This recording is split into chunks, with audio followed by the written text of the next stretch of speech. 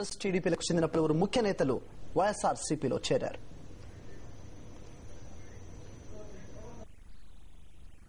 మరి ఇప్పుడు వచ్చిన వాళ్ళందరికీ కూడా మరి ఇక్కడ నుండి ఇబ్బందులు రావచ్చు, దయచేసి వాటన్నిటిని కూడా ఛేదించుకొని ఈ పార్టీలో ఉండటానికి వచ్చినందుకు నేను అభినందిస్తున్న వాళ్ళందరినీ. ఈరోజు రాష్ట్రంలో నీలం తుఫాన్ వల్ల చాలా జిల్లాల్లో చాలా ఇబ్బందులు ఎదుర్కొంటున్నారు ప్రజలు. మనమందరం కూడా ఆ జిల్లాల్లో అంతా కూడా వచ్చిన నాయకులందరూ కూడా, చిన్న నాయకులు పెద్ద నాయకులు అందరూ కూడా పార్టీ కార్డు అంతా కూడా ప్రజల మధ్యలో ఉండి ప్రజల సమస్యలన్నింటినీ పట్టించుకోవాలని, వారికి చేదోడు వారోడుగా ఉండి సహాయ సహకారాలు అందించాలని కోరుతున్నాను. నేను ఇవాళ నేను కూడా రేపు పొద్దున్న విజయవాడకి వెళ్లి గోదావరి జిల్లాలకు, వైజాగ్ ప్రాంతానికి వెళ్లాలని అనుకుంటున్నాను. ఇవాళ రేపు పొద్దున వెళ్తున్నాము. అందరూ కూడా అక్కడ ఉండాలని, మనమందరం రాజశేఖర రెడ్డి గారి సువర్ణయుగం వచ్చేదానికి మనమందరం కూడా ఈ మధ్యలో మన అన్ని సమస్యల్లో ప్రజలతో ఉంటూ ప్రజల పక్షంగా ఎప్పుడు వైఎస్ఆర్ కాంగ్రెస్ పార్టీ ప్రజల పక్షం. రాజశేఖర రెడ్డి గారు ఎప్పుడు ప్రజల మధ్యలో ఉండేవారు, జగన్ బాబు కూడా ఎప్పుడు ప్రజల మధ్యలో ఉండేవారు. ఆయన తీసుకెళ్లి అక్కడ పెట్టారు. దేవుడు ఉన్నాడు, తప్పకుండా జగన్ బాబు తొందరలో వస్తాడు, మళ్ళీ ఆయన వచ్చి ప్రజల మధ్యలో ఉంటాడు. అంతవరకు మనమందరం కూడా ప్రజల మధ్యలో ఉండాలని, రాజశేఖర రెడ్డి గారి సువర్ణయుగం తెచ్చుకోవడానికి మనమందరం కృషి చేయాలని వచ్చిన ప్రతి ఒక్కరికి కూడా మరొకసారి నేను అభినందిస్తూ చేతులతో నమస్కరిస్తూ సెలవు తీసుకుంటాను. నీలం వరద బాధిత ప్రాంతాల్లో వైఎస్ఆర్ కాంగ్రెస్ పార్టీ గౌరవ అధ్యక్షురాలు వైఎస్ విజయమ్మ రేపు పర్యటిస్తారు.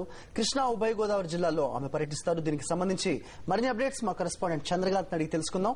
చంద్రకాంత్, చెప్పండి, తుఫాను ప్రభావిత ప్రాంతాల్లో విజయమ్మ పర్యటన ఎక్కడెక్కడ సాగబోతోంది? అది కొద్దిసేపటి క్రితమే వైఎస్ఆర్ కాంగ్రెస్ పార్టీ గౌరవ అధ్యక్షురాలు వైఎస్ విజయమ్మ టూర్ షెడ్యూల్ ఖరారైంది. మొత్తం కూడా అంటే ఉభయ గోదావరి జిల్లాల్లో పూర్తిగా నీలం తుఫాను ప్రభావిత ప్రాంతాలన్నిటిలో కూడా వైఎస్ విజయమ్మ పర్యటించబోతున్నారు. అలాగే కృష్ణా జిల్లాలో ఇప్పటికే లోతట్టు ప్రాంతాలు, అనేక ప్రాంతాలు జలమయమైన ప్రాంతాల్లో కూడా వైఎస్ విజయమ్మ పర్యటించబోతున్నారు. ముందుగా హైదరాబాద్ నుంచి బయలుదేరి గన్నవరం విమానంలో వెళ్లిన వైఎస్ విజయమ్మ అక్కడి నుంచి నేరుగా ఏలూరు చేరుకుంటారు. ఏలూరు నుంచి ఏలూరు పట్టణం అంతా కూడా జల దిగ్బంధంలో ఉంది కాబట్టి ఏలూరు పట్టణం అంతా కూడా అనేక ప్రాంతాల్లో అనేక మంది ప్రజలు తీవ్ర ఇబ్బందులు ఎదుర్కొంటున్న నేపథ్యంలో ఏలూరు పట్టణంలో ముందుగా పర్యటిస్తారు.